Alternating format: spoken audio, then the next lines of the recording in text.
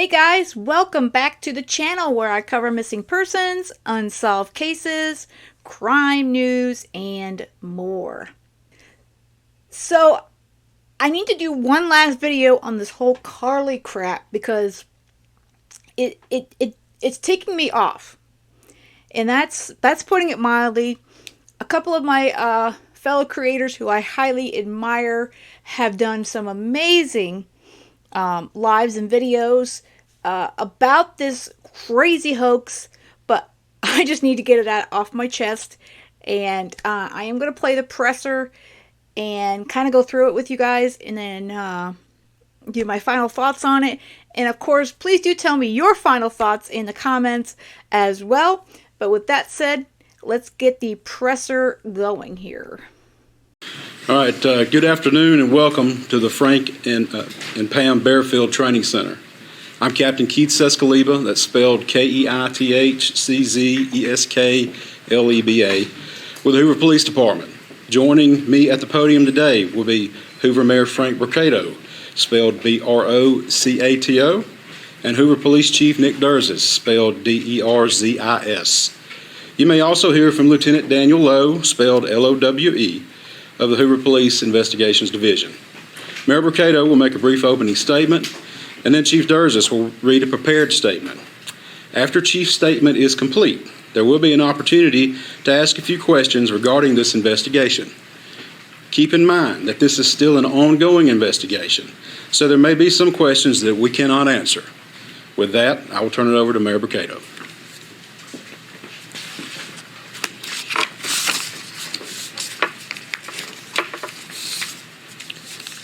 Thank you and good afternoon for you all coming today. You know, 6 days ago our community learned about the disappearance of Carlee Rusell, and it sent fear and pandemonium not just through our city but the entire state and the nation as well. The media quickly joined us to get the word out about Carlee. Our community sprung into action and they organized search parties, arranged prayer vigils, and they took other steps that I'm not even aware of to help in this situation. The Hoover Police Department quickly rallied multiple partner agencies, stopping at nothing to find Carlee.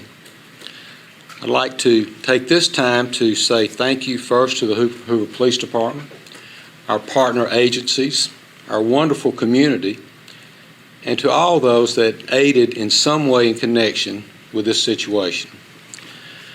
As the days have gone on and more information has been shared, we know everyone has questions. The Hoover Police Department is known for being very methodical and thorough with their investigations. For that reason, we did not feel comfortable speaking in detail publicly until now. It is important that we share this information now so that our community can be put at ease. So at this time, I'll turn the microphone over to Hoover Police Chief Nick Durzis. Thank you. Thank you, Mayor. And the chief is going to be the key portion of this. And I have to tell you, I love his suit. He looks like a classy kind of guy, doesn't he? And he's even classier with how he makes this statement. Thank everyone for being here today. Besides me stands the team who played a significant role in this investigation. I want to thank our department, members of surrounding local law enforcement agencies, the FBI, Secret Service, United States Marshals, and ALEA for their assistance in this case. We said from the evening of July 13th, our focus would be the safe return of Carlee Rusell. That occurred on Saturday, July 15th, approximately 49 hours after she called 911 and disappeared. From that point, our focus has been to determine Carlee's whereabouts during that time and what exactly took place. Let me say up front, this investigation is not over. We're still working this case, and we'll work in this case until we uncover every piece of evidence that helps us account for the 49 hours that Carlee Rusell was missing. However, through the public interest, and in some cases, public fear that this story has generated, we owe it to our citizens to tell them the facts that we have uncovered. So I will give you the facts that we know today. On July 13th, at approximately 8:20 p.m., Carlee left work from a business at the Summit. Surveillance video from her place of employment shows Carlee concealed a dark-colored bathrobe, a roll of toilet paper, and other items belonging to the business prior to her departure. She ordered food from Taziki's at the Colonnade and traveled there. She then traveled to Target on 280, where she purchased some granola bars and Cheez-Its. From there, she remained in the parking lot at that shopping center until 9:21 p.m. when she drove to I-459. Carlee communicated on her cell phone with individuals known to her while on her path of travel up to the point of calling 911 at 9:34 p.m. And at this time, we will play the 911 call in its entirety. Hi, I am on Interstate 459, and there is a kid just walking by themselves. Hold on. Where on 459 are you? I'm right next to the exit 10 by the Hoover Med, like to get off by the Hoover Med. Okay, so you're before that exit? Yes. Okay, and were you headed southbound or northbound? Like towards Tuscaloosa or towards 280? Towards Tuscaloosa. Okay, and was the child on the left or right side? On the right side. Were they walking northbound or southbound? They're walking towards Tuscaloosa. Walking southbound? Or how old do they look? Like a toddler, like maybe like 3 or 4. Did you pull over with them? Are you still with them? Yes. Okay, are you with the child right now? No, I'm not. I didn't get out of the car. I can see them though. Do you mind staying and keeping an eye on them until we get there? Yeah, sure, yeah. Okay, what kind of car are you in? I'm in a red Mercedes-Benz Is that a sedan or SUV? SUV. I mean, it's a sedan. Sorry. Can you put your hazards on for me? Yeah, they're on. Okay. Did you talk to the child at all, or did you say anything to them? No. Okay. No. Do they look like they're injured? No, they don't. Are they white, black, Hispanic, or Asian? They're white. Okay. Is it male or female? I think it's a boy, a little boy. White male? Okay. So is he wearing clothes? Yes. Okay. What is he wearing? It's a white t-shirt, and it doesn't look like he has any pants on. It looks like a diaper. And you don't see any cars anywhere? No cars anywhere.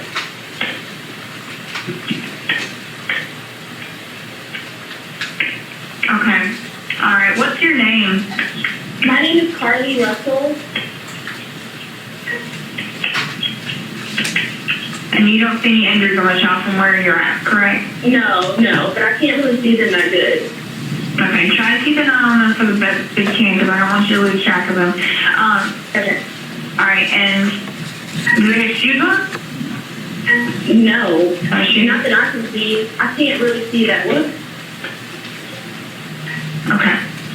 All right. I've got them on the way, okay? Just try to keep an eye on them, but officers are on the way, okay? Okay, thanks. Thank you. Okay, bye. Carlee called a relative after speaking with the 911 operator.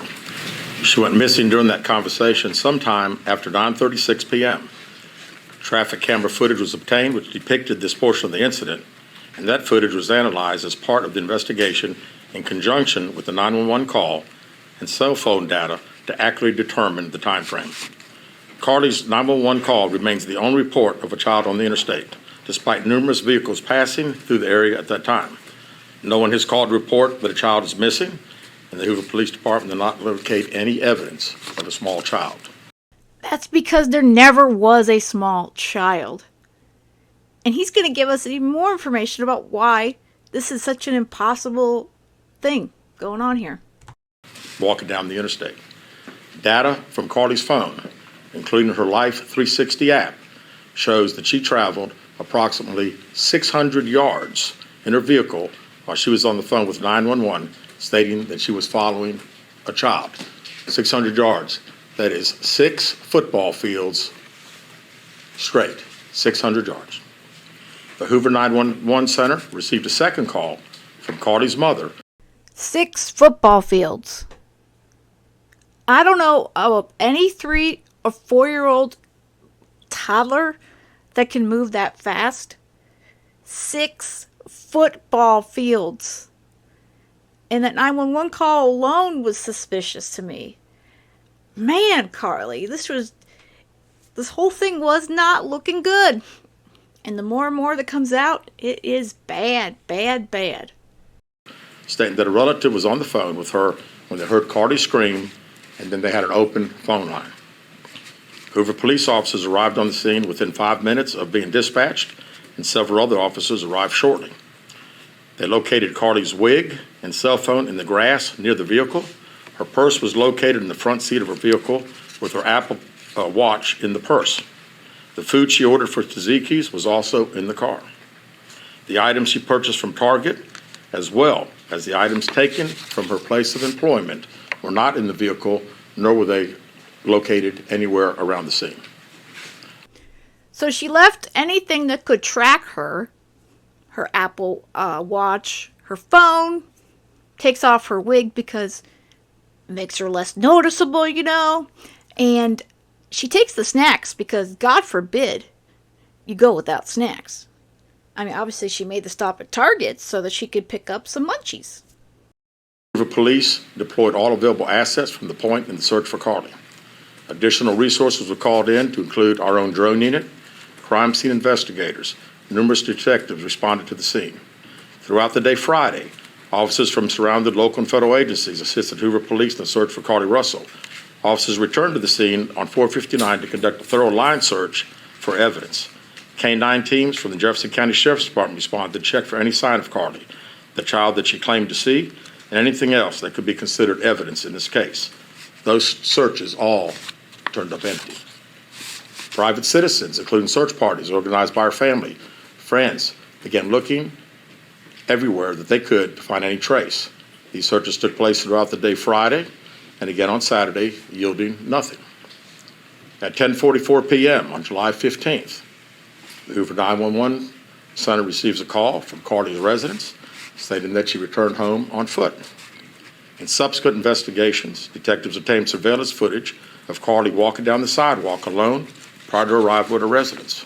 She was conscious and speaking with paramedics when she was transported to UAB. Detectives were able to obtain a brief statement from her prior to being treated and released. During the statement, she told detectives that while traveling down the interstate, she saw a baby walking down the side of the road and called 911. She stated when she got out of her vehicle to check on the child, a man came out of the trees and mumbled that he was checking on the baby. She claimed that the man then picked her up and she screamed. She stated he then made her go over a fence. She claims he then forced her into a car, and the next thing she remembers is being in the trailer of an 18-wheeler. She stated that the male was with a female. However, she never saw the female, only hearing her voice. She also told detectives she could hear a baby crying. She told detectives the male had orange hair with a big bald spot on the back. She said she was able to escape the 18-wheeler and fled on foot, only to be captured again and then was put in a car. She claimed she was then blindfolded but was not tied up because the captors said they did not want to leave impressions on her wrists. She said that they took her into a house and made her get undressed. She believes they took pictures of her, but she does not remember them having any physical or sexual contact. She stated the next day she woke up and was fed cheese crackers by the female. She said the woman also played with her hair, but could not remember anything else. At some point, she was put back in a vehicle she claims was able to escape while it was in the West Hoover area. She told detectives she ran through lots of woods until she came out near her residence. During this interview, detectives noted that Carlee had a small injury to her lip, and she claimed that her head was hurting. She also had a tear in her shirt. Detectives also noted that she had $107 cash in her right sock. Out of respect for Carlee and her family, detectives did not press for additional information in this interview and made plans to speak with her in detail after giving her time to rest. Detectives continue analyzing data from Carlee's cell phone that was left behind at the scene. We enlisted the help of the United States Secret Service in conducting this analysis. Part of what data included several internet searches in the days leading up to her disappearance that I think are very relevant to this case. On July 11th at 7:30 a.m., the term, "You have to pay for an Amber Alert was searched. On July 13th, at 1:03 a.m., the day of her disappearance, the term, "How to take money from a register without being caught," was searched. On July 13th, at 2:13 a.m., the day of her disappearance, the term, "Birmingham Bus Station," was searched. On July 13th, 2:35 a.m., a search for a one-way bus ticket from Birmingham to Nashville was conducted with a departure date of July 13th. On July 13th, at 12:10 p.m., a search for the movie Taken, a film about abduction, was conducted. There were 2 searches related to Amber Alerts on a computer at Carlee's place of employment, including one regarding the maximum age of an Amber Alert. There were other searches on Carlee's phone that appeared to shed some light on her mindset, but out of respect for her privacy, we will not be releasing the content of those searches at this time. We've asked to interview Carlee a second time, but have not been granted that request. As you can see, there are many questions left to be answered, but only Carlee can provide those answers. What we can say is that we've been unable to verify most of Carlee's initial statement made to investigators, and we have no reason to believe that there is a threat to the public safety related to this particular case. Thank you very much. I again applaud this chief. He did this update so well. Here's the thing. This took up valuable time and resources. People gave up their time. People took off time from work. They took PTO. You had another victim's mother who came out to help. And all because she wanted to get back at her boyfriend, who seemingly is now her ex-boyfriend, and she wanted to spend time and hang out at the Red Roof Inn and eat Cheez-Its. I don't know what the hell she was thinking. All these Google searches always come back to bite these people in the ass, and I don't know why they don't learn. And at this point, like I said, what pisses me off the most is this causes issues for real victims, okay? You had 49 hours that could have been used to help another real, and I say that very with exclamation points like all over the place, real victims. It's not cute, it's not funny, it's not a movie set, none of this crap. And I don't, whatever her reasoning is, it's bullshit. And excuse my French, I don't usually curse on the channel. But it just ticks me off that this woman decided to pull this and to get back at her boyfriend and hang out at a little crappy motel for a couple of hours and do what? Make her boyfriend upset because she had disappeared and think maybe someone abducted her. And not only that, she decides to put a little toddler into the picture. Folks that brought up Jesse Smollett and his hoax. Well, I almost think that she's worse because she mentioned a toddler in this one. And then as far as those people saying that those of us that started to wonder about the truth of Carlee's story, that we were racist, well, that's a bunch of crap as well, because I, like most of us, myself included, I support victims no matter what color, race, ethnicity, whatever they are. If you are a true victim or a victim's family, I'm there for you. I do as much as I can here on the channel, as well as a lot of my other fellow creators that I follow closely. And for us, it's just a little bit of time and video. Okay, I'm sharing posters and doing all this time, but you have to think from the littlest bit all the way up to resources, overtime, people donating money, which I hope every single cent of it goes back to these people. And I know the neighbors are livid.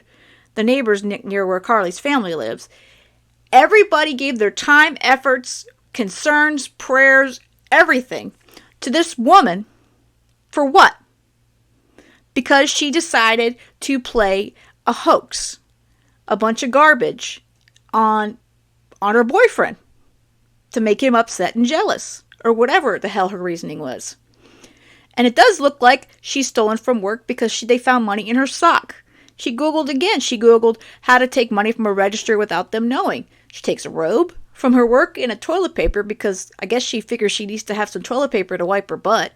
But, I guess that's highly important with that and her Cheez-Its because, when you eat a lot of Cheez-Its, you have to take a lot of craps. But as far as the bottom line is, she took away valuable resources and concern for real victims. And not only that, she's putting people back on this. She's basically causing 2 steps or more back on the stories of folks that are really missing. You hear of someone being abducted on the side of a road, being abducted from their house, walking down the street, what have you.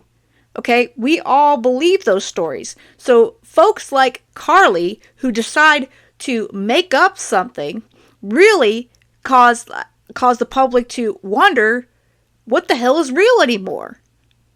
And that's just not okay. That's not okay. And I don't know. I mean, people are saying she had a psychotic break. I don't know if it's psychotic break or what the hell her issue is, but the bottom line is she needs to get the help that she needs if that's the case. I don't think that is completely the entire story. But bottom line is, I don't know if she's going to serve any jail time, but I sure as hell hope that Alabama charges her with the misuse of a 911 call and reporting and using resources. And that I think she needs to do some community service, and go out there and do something for the people. Help some real victims out there. See what real victims look like in their families and their friends who are dealing with it. Maybe then will she realize what an idiot she really was. And that's putting it mildly. But again, this whole thing ticked me off, and I don't think it's right. It's not okay to have a hoax. I don't care who you are. Again, it's not about color, it's not about race, none of that stuff. It has to do with you need to tell the truth, period. And she didn't tell the truth. She lied, and it seems like her mom is still believing her lies, which is really sad. I hope she comes through that somehow. But again, this whole thing has ticked me off, and this is going to be pretty much the last that you're going to hear about this one from me because I would like to get onto some real victims at this point. But let me know what you think in the comments. And with that said and done, that's all I've got for this one. I hope you guys have a great rest of the day. And most of all, stay safe.